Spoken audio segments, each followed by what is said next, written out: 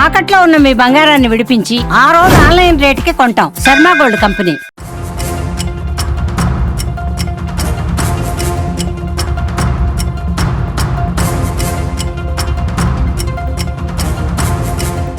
Retired engineer హత్య కేసులో పోలీసులు చాలా వేగంగా స్పందించారు. కేవలం 2 రోజుల్లోనే నిందితులు పట్టుకున్నారు. ప్రస్తుతం ఏసీపీ ఉన్నారు దామోదర్ గారు. సార్ నమస్తే.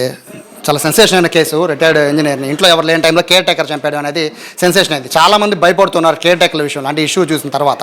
అంటే ఇప్పుడు ప్రధాన రీజన్ ఏంటి, వాళ్ళు ఎందుకని రామారావుని చంపేశారు? దీంట్లో ఏమి మన ఆయన కేర్ టేకర్ పెట్టుకున్నాడు. వాళ్ళ తల్లి ఉంది 90 years. వాళ్ళ డాటర్స్ అన్న ఇద్దరు కూడా బయట అవుట్ ప్లేసెస్లో జాబ్ చేస్తున్నారు. ఇతను కూడా వైఫ్ లేదు. వాళ్ళ మదర్ని ఇతనికి కూడా వండి పెట్టి చేయాల్సిన బాధ్యత ఉంది. కాబట్టి వీళ్ళు కేర్ టేకర్గా ఆవిడని ఒక ఏజెన్సీ ద్వారా తీసుకోవడం జరిగింది. లాస్ట్ మంత్ 24th నాడు మాట్లాడుకున్నారు. 26th నాడు ఏదో ఒక రోజు వచ్చారు. చేసిన తర్వాత మళ్ళీ again on 4th she was join అయింది. జాయిన్ అయిన తర్వాత మళ్ళీ 10వ తారీఖు నైటు ఈ అమ్మాయి ఏరియా అతను థర్డ్ హస్బెండ్, ఆ హస్బెండ్తో కలిసి ఇద్దరు కలిసి ఈ పథకం ప్రకారం దాంట్లో ఇంట్లో డబ్బులు ఉంటాయి, ఆ డబ్బులతో మన ఇద్దరం సెటిల్ అయిపోవచ్చు అన్న ఆలోచనతో అతన్ని ముక్కు మీద దిండు పెట్టేసి నులిమి ఊపిరాడకుండా చేసి చంపేసి ఆ ఇంట్లో ఉన్న బీరోలో ఉన్న ఒక ₹1,00,000 క్యాష్, ఒక 3 చీరలు, ఆ ఇంట్లో వాళ్ళ అమ్మాయిది స్పందన అదే చందనాది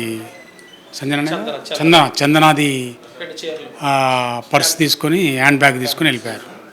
చంపేద్దామని ప్లాన్ చేసుకున్నప్పుడు అంటే దిండుతో అదిమి చంపేశారు అంటున్నారు. అంటే కళ్ళలో కారం కానీ అంటే బెడ్ మీద కారం ఇవన్నీ చెప్తున్నారు. ఎంతవరకు చేశారు? కళ్ళల్లో కారం కొట్టానని చెప్పాడు అతను. అక్కడ నుంచే వాళ్ళు ఉండే నులకపేట ఏరియా నుంచి తీసుకొచ్చేసి కళ్ళల్లో కారం కొట్టాడు. ఆయన అరిచితే నోరు మూశారు. నోరు మూసిన తర్వాత కూడా ఇంకా కదులుతూ ఉంటే అప్పుడు దిండేసి మీద కూర్చొని దిండేసి ఆ నులిమేసి చంపి తర్వాత బీరో తాళం చిత్రం అక్కడే ఉన్నాయి. తాళం తీసి బీరోలో డబ్బులు 90,000 ఏమంటే ఆ డబ్బులు తీసుకొని ఆ క్యాష్ తీసుకుని వెళ్ళిపోయారు. కేర్ టేకర్గా చేసి అంటే చేరింది 6 రోజుల నుంచి 7 రోజులు బహుశా మీరు చెప్తున్న దాని ప్రకారం. అంటే అంత తక్కువ టైంలోనే చంపేయాలనే ఆలోచన ఎందుకు వచ్చింది? అంటే వీళ్ళు సింగిల్గా ఉంటున్నారనా లేకపోతే అతని దగ్గర డబ్బులు ఉంటాయని ఏంటి సార్ రీజన్ ఏంటి?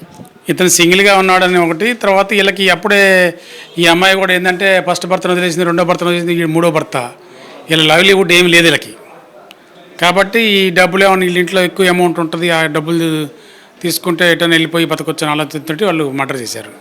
సీసీ కెమెరాలు అనేది ఇంట్లో కీలకంగా మారిందని మీరు చెప్తున్నారు కదా. అంటే సో చాలామంది ఇప్పుడు ఒకటి కేర్ టేకర్ మీద భయపడుతున్నారు, రెండో సీసీ కెమెరా లేని వాళ్ళు కూడా భయపడే పరిస్థితి ఉంటుంది. ఇప్పుడు ఖచ్చితంగా రెండింటిని ఏర్పాటు చేసుకుంటారు. అయితే ఈ సీసీ కెమెరా ద్వారా అంటే ఎలా ట్రేస్ చేశారు ఈ కేసుని? అంటే బేసిక్గా మీరు ఆ మొదటి రోజు వరకు కూడా ఎవరు చేశారో తెలిసింది, కానీ వాళ్ళు ఎక్కడికి వెళ్ళారు, ఎలా వెళ్ళారు చాలా తెలియని కన్ఫ్యూజన్ ఏర్పడింది. సో దానికి చాలా కథనాలు వచ్చేసాయి, రకరకాలుగా వచ్చాయి.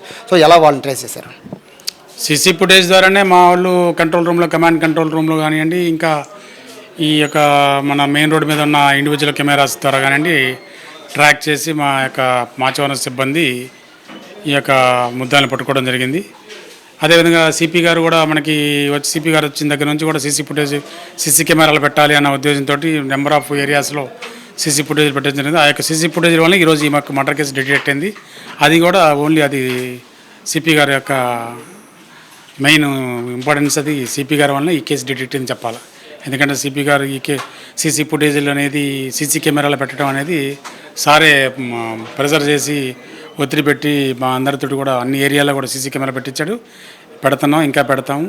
అయితే కేర్ టేకర్స్ ఇట్లా ఏజ్డ్ అయ్యి ఉండి, తర్వాత పేరెంట్స్ ఓల్డ్ ఏజ్ పీపుల్ ఉండి, తర్వాత పిల్లలు అమెరికాలో ఉండి ఇట్లా ఉండే వాళ్ళు లేకపోతే కేర్ టేకర్ని తీసుకునేటప్పుడు వాళ్ళ యాక్సిడెంట్స్ అన్నీ వెరిఫై చేసుకొని తీసుకోవడం మంచిది.